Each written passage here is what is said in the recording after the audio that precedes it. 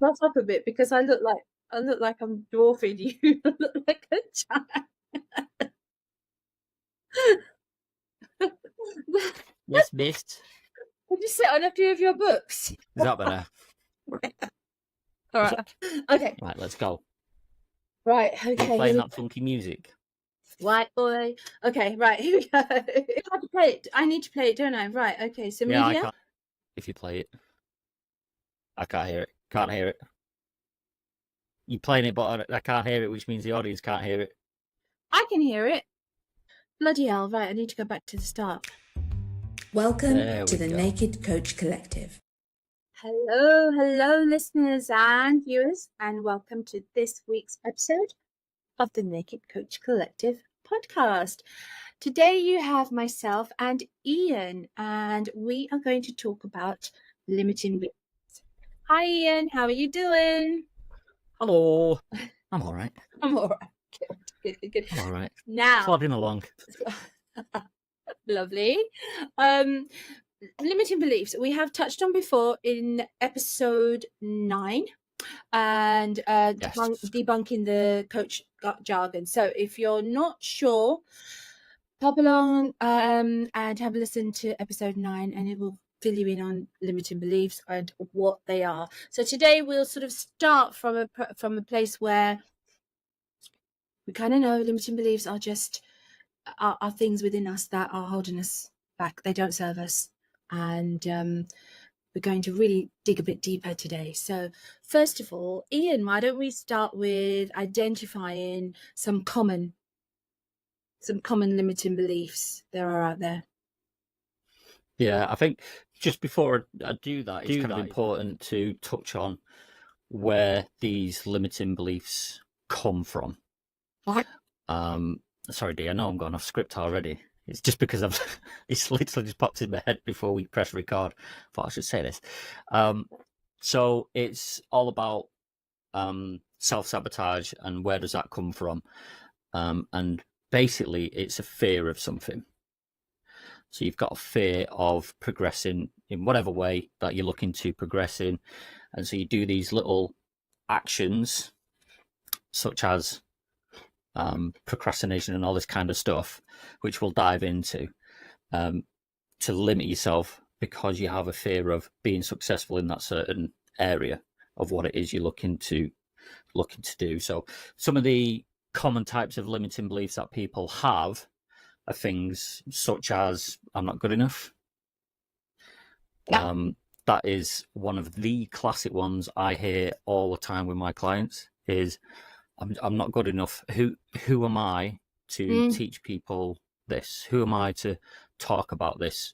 I don't have the experience to talk about this, so why would people listen to me? Yeah. And I'm not good enough has lots of variations as well, doesn't it? So I'm not good enough. Who am I, like you just said, or just a fear of, well, what if, and scared to take a leap and just push yourself that little bit extra to overcome. I mean, it can be in physical things as well as mental things. I'm sort of thinking like a time when I thought, I had the opportunity to go scuba diving. So, and I totally bottled it. So I didn't go. Right? Absolutely bottled it. So I sat on the boat when everybody else went scuba diving. Those are years ago. So, and I know I would have survived it. So Probably. I'm just thinking, it's not just that those emotional things all the time. I mean, what do you think? No, I completely agree. There's one. I'm just trying to think of another example to bring it back to my clients and try and make it relatable for my particular clients. So I actually spoke to her yesterday. Or it might have been earlier today, actually. Emma. She said I can name her. Hi, Emma. So I'm going to. So when me and Emma first started talking, she had this limiting belief, kind of like I do. Well, probably still do a little bit, is with regards to social media. And I just hate social media. Well, that's a lie. I don't hate it. I just had this view of people who were on social media putting their life out there, and I'm like, oh God, you tosser! Here's You my sew dinner. up yourself. Who cares about what you're doing today? I nearly swore then. But yeah, I had this limiting belief around that, and Emma had a similar, not exactly the same, but had a similar kind of thought process around it. And she's setting up her coaching business. And we were talking about putting herself out there to get seen and market herself to her particular type of audience. And social media, as we know, is such a good tool to use to do that. But she really didn't want to do it because she thought, well, I don't want to be like these people who you see all the time on social media showing off and that kind of thing. And so we both have a similar limiting belief that anyone who's on social media is just arrogant and showing off and that kind of thing. So there's so many different ways in which limiting beliefs can come out. And I'm just trying to think of some other ones. So there's I'm not smart enough. And this one makes me laugh. I'm not going to name this client because we haven't discussed it. But I'll just give the example of what it was. So they want to set up a business, and purely because they'd not studied a certain subject, they thought, "Who am I to set up this type of business when I've not studied the subject?" I'm like, right, okay, tell me more about that. And then they started getting into, well, I'm not smart enough because I need to study the subject. And I think, to be fair, Dee, me and you might have gone through this as well with coaching itself, because we've obviously gone through the accreditation and everything. But when I was questioning him, it was a case of, we drilled down and he'd had 20 years experience in this particular industry in his full-time job. Wow. And I'm like, hang on a minute. Let's just hold it up there a second. Just because you've not got the qualification, yet you've been able to make a full-time living from this thing. So yeah, it's so funny sometimes. It's so funny sometimes. And so now that you identify that, you can just jump right in there and help him figure it out and turn that limiting belief into an empowering belief. So yeah, exactly. I mean, and that thing was so easy to kind of turn into an empowering belief. I was just like, just hang on a minute. It's like, just stop and just think about what you've just told me. Just say that back to me again, but listen to what you're saying. Fantastic. So a success story, right? So I mean, I kind of think as well, when you have clients like that who is so blatantly obvious, you kind of find yourself wondering, how on earth did they not spot it?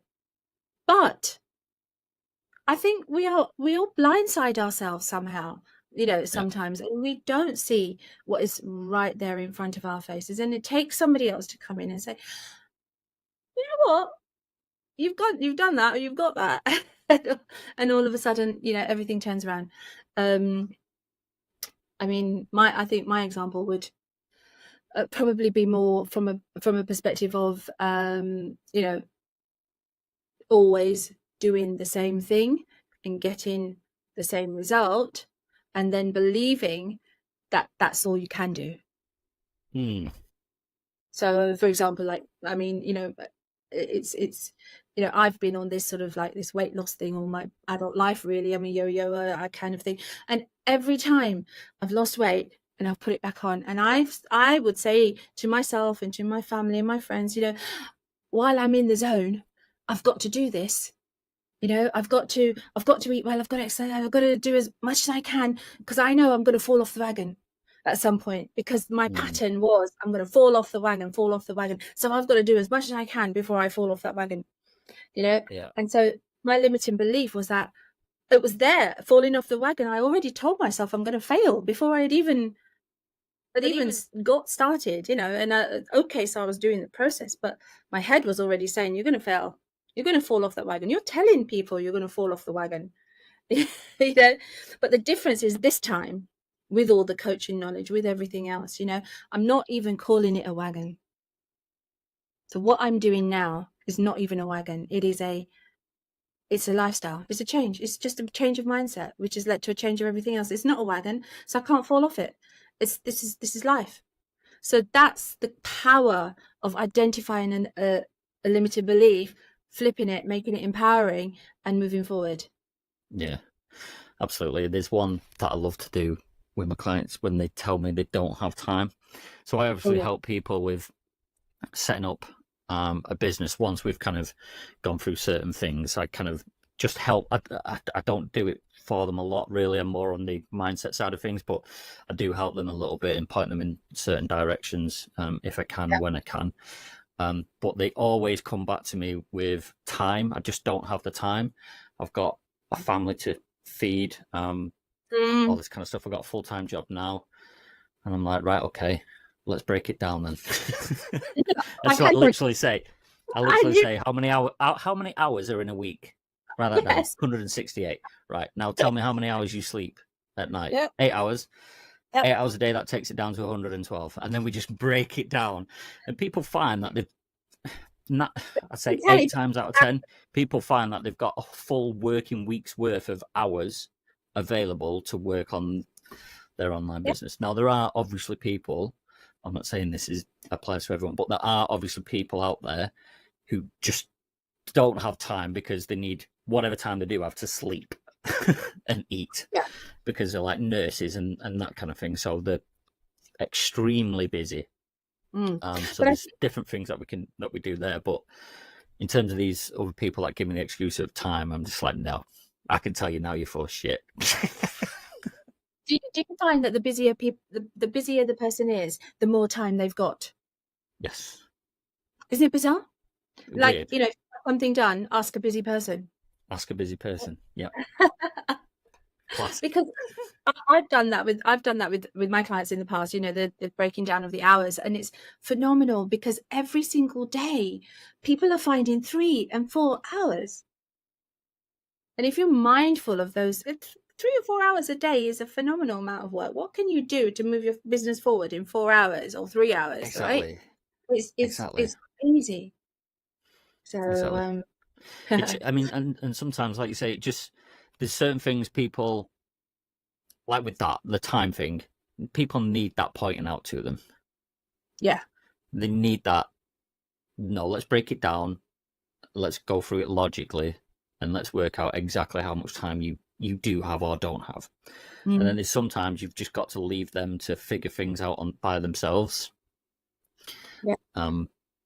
So, like the social media one, where I was talking about Emma earlier, it was a case of just kind of guiding her to understand why she believed that in the first place, and that kind of thing. And now she's absolutely killing it. She does these day in the life of a coach while she's traveling around the world and all this kind of stuff. And I'm just like watching her, and I'm like, God, she's so much better than me already after like just a month, 2 months.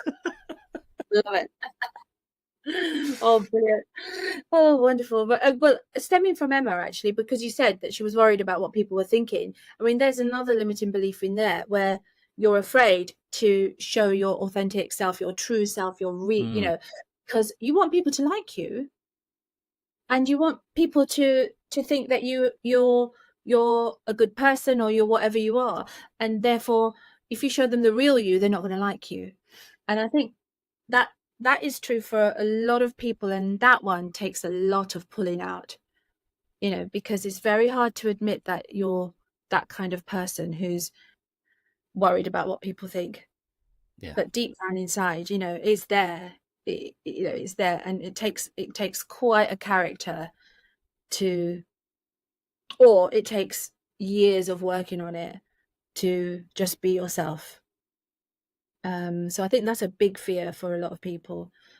Yeah, I think there's something you've said a few times, and it kind of comes into, and it's something I mentioned at the top of the episode, was fear. And it's important to understand why that is, I think. And there's an acronym for it. What is it now? False evidence appearing real. Yeah. Yeah. And so when you're coming across these limiting beliefs, there's always a fear behind it. So this is kind of how you start to identify your limiting beliefs and where they've come from, is what's the fear behind that limiting belief once you've identified it. Yeah. And a lot of the time it is down to simple things, really. But just in terms of identifying it first before we kind of dive into that, what are some of the things that, when you're working with your clients, or perhaps yourself as well, where you've been able to pull yourself up and go, I'm doing such and such a thing because there's something there that's telling me I don't want to succeed at that. What kind of things, how do you identify if you have a limited belief? I had a very similar fear to Emma for putting myself out there on social media. And the more I learned from a business perspective to get my coaching business off the ground, I realized that it was something that I really had to overcome. So deep down inside, I was thinking, I can't do this, I can't do this. And even now, when I put things out there, I still think I can't do this, but I do it anyway. So there's an element of face the fear, feel the fear, and do it anyway. Which is what I do all the time. And just on the off chance that the person who has cloned my account on Facebook is listening, just don't do that, man. It's not nice. Yeah. Close your account yourself and go get a job. Right? Do something useful with your life, right? Don't mess up people's lives. It's not good. So you see, this is the kind of thing that was holding me back anyway. But I'm big enough. I'm going to deal with it, right? But those sorts of things that you hear about happening do add to your fear. But I mean, sorry, listeners, this is going to go out in a few weeks' time, and my being cloned on my Facebook account will be old news. However, it's not nice, right? So the limiting belief of what people are going to think of me is always still there.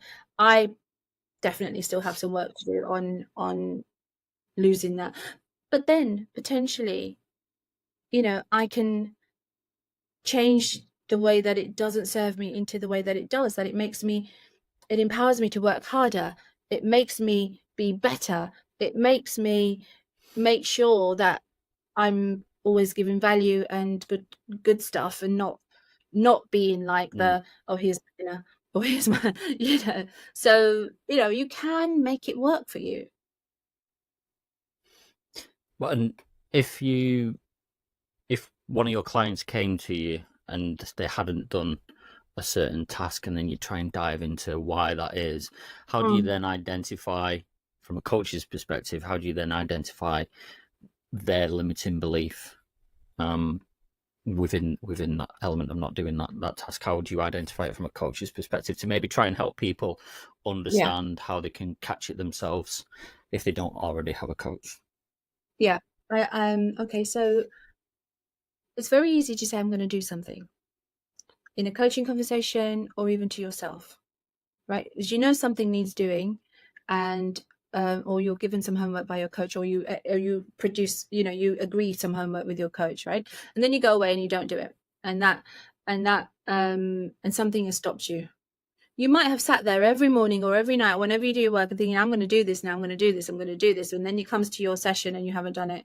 And what is it that's holding you back? So there's a fear of something in there, a fear of success even, right?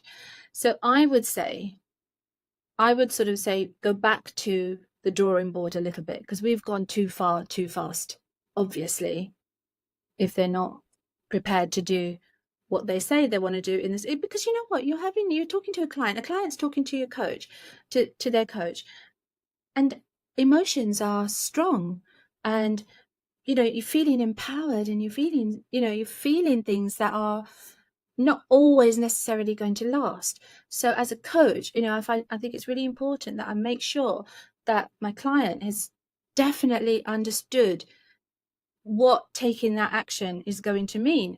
So if it's no good just saying, all right, Emma, this is what you're going to do, and you've agreed it. Emma, you said you'd do this. This is what you're going to do. Go off and do it. You need to really make sure that they understand that that action is going to make you feel sweaty. It's going to make you feel stressful. It'll have some physical, it might make you feel as though you're out of your depth. It might overwhelm you, all these things, and you can address those before you send them off. And then if they come back that week and not having done their homework, then you've got to say, well, we need to dig a bit deeper because there's another reason. You wanted to do it. You wanted to feel the outcome of doing that piece of homework, but you didn't do it. So there's something else that you haven't told me. And that's when you have to start digging deeper again into their whys. I mean, that's just my approach. What do you think? Yeah, exactly. Yeah, and the way I handle it, it depends on previous conversations we've had with them and previous actions that they have or haven't done. Sometimes you've just got to tell them straight. They just need telling, like to get a grip. You can tell them to get a grip, right? You can tell them you need to get a grip, right? But I wouldn't say you've got to do this work, right? Because it has to come from them. Yeah, exactly. And we dive into, so I do quite a few bits of trying to lead them to tell me where I want them to essentially go back to that moment when they were about to complete the task, what feelings they had at the time, whereabouts that was in the body, and understanding that exact feeling, and then trying to pinpoint when have they previously felt like that as well. And if that doesn't come across as a fear, I want to try and dig and find if there is a fear behind what it is that stopped them. So dig a little deeper. I always try and pinpoint what the fear is to get to the kind of limiting belief.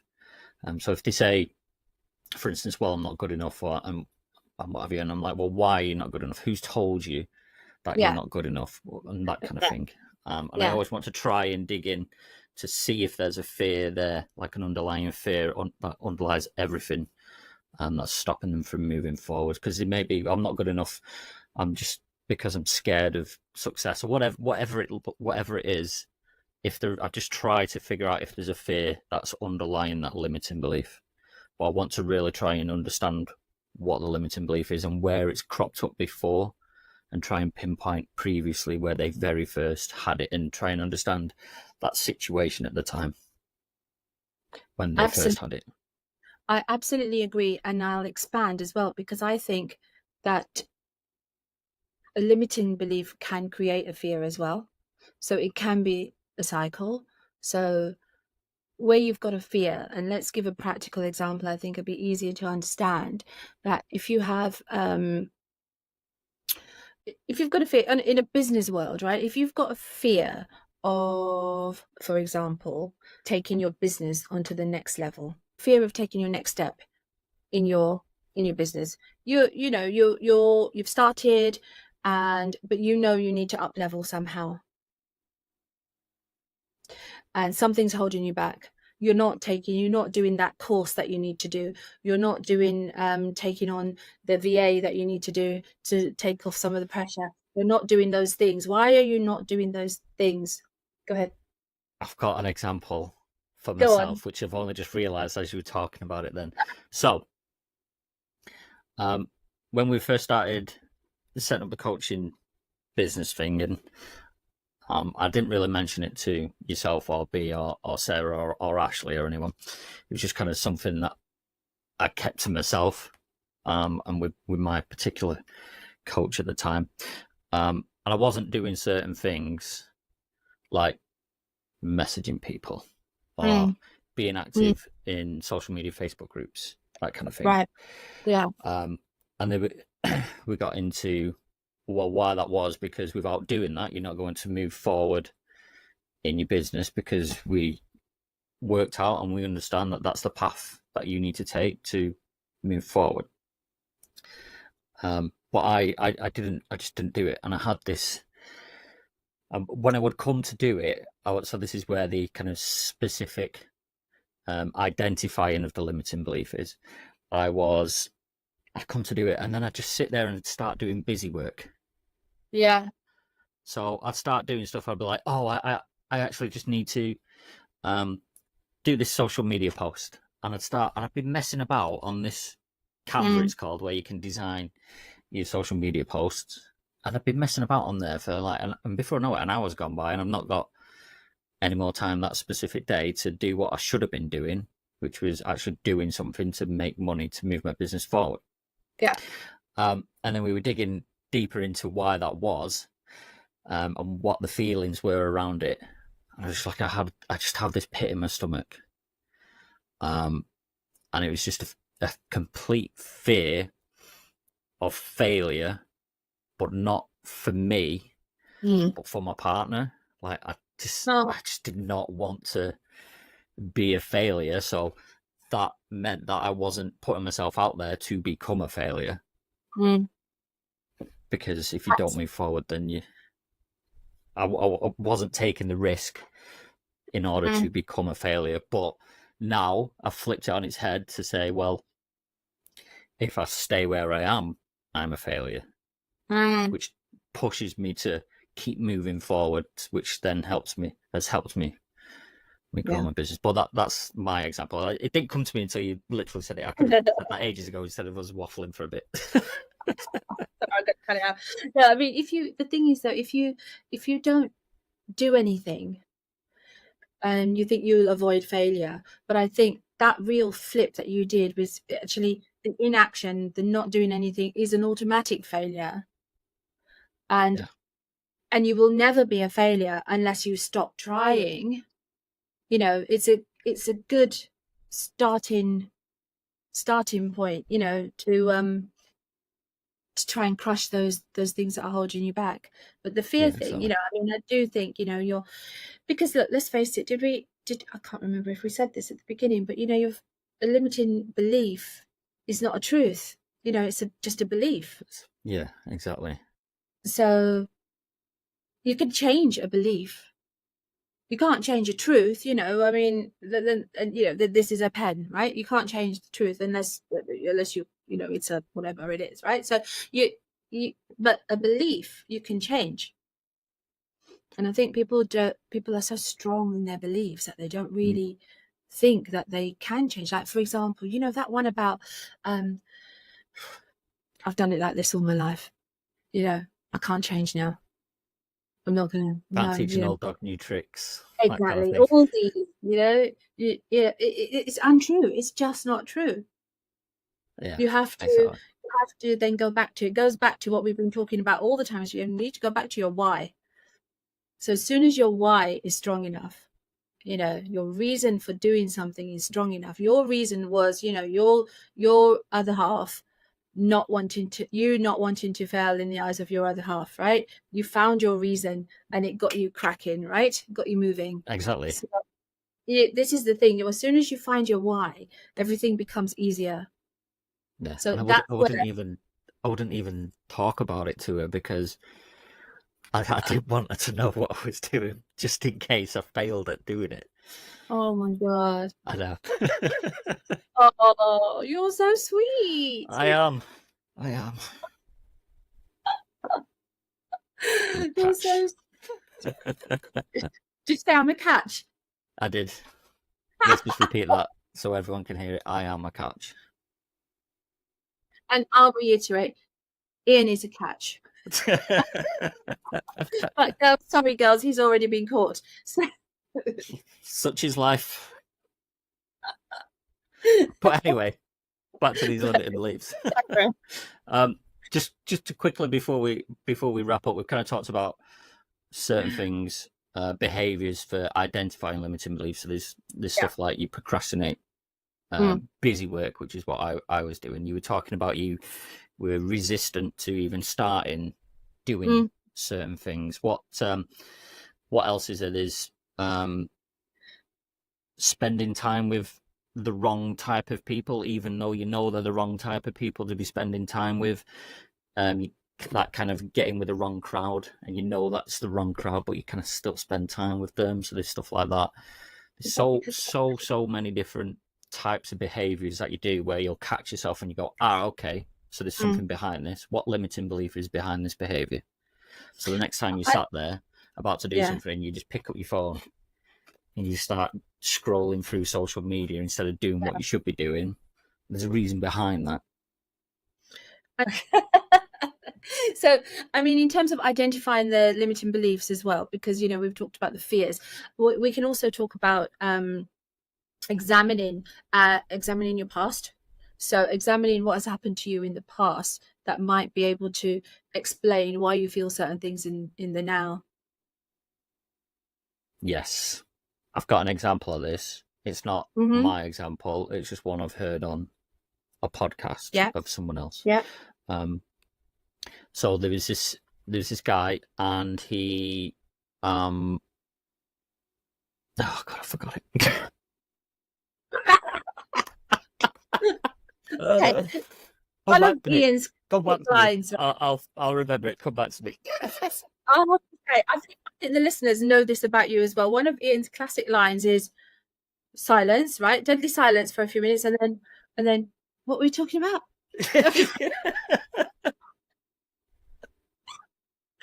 Oh my god! At least once in every single recording. Every single recording. All right, you don't have to point it out to everyone. No, it's just oh yes, gosh. I just highlighted one of your sorry, cut that out. We're going to cut it out all sorts of here. We don't have to cut it out. I'm just trying to remember what the thing was. No. Okay, so another way of identifying a limiting belief is to actually just do some self-reflection. So you might have wanted to do something and you didn't do it. It could have been as simple as meeting some friends for a social engagement, and you bailed at the last minute because you either lost your confidence, or you just thought that, oh my god, there's going to be people there that you haven't seen for a while that you'll have to have conversations with, and you're not feeling confident enough to do that. And in the past, when you've been in that sort of situation, you might have felt like you were not able to contribute to the conversation as much as you wanted to, or put your best foot forward. So that is an experience that you're bringing in from the past, and when you sit down to reflect on these things, you can talk to yourself, and you can write lists of all your good points, write lists of great conversations you've had, write lists of successful moments that you've had in social situations, and use those to fuel your own development from changing that limiting belief, which is affecting your life because you've just turned down a social engagement and you're not doing the things that you really wanted to do, and you start reflecting and thinking about yourself from a deeper perspective on why and what happened and what was the result, and then start to use the positive. Affirmations are really great, and if they do, I think they do work. You look in the mirror and you can do all those things and say, today I'm going to have a conversation with somebody because I feel this and this and this, or whatever however you want to make it, and all of a sudden you are working on your own. You're coaching yourself and you're working on your own development. And then if you have a conversation with a coach, you can develop that even further, and they can lead you to dig deep and figure out why things happen. And again, I mean, for me, the why is the most important thing in everything to do with coaching. You have to have your reason why. Your limiting beliefs come for a reason why. Your empowering beliefs come from somewhere as well, from your why. And I just wanted to point out at this point, often a limiting belief, you touched on it earlier, has come from someone else. They've told you something, they've stamped you with a badge of something, and you're still wearing it years later. Yeah. So I've remembered it, by the way, as you were talking. I didn't want to interrupt you.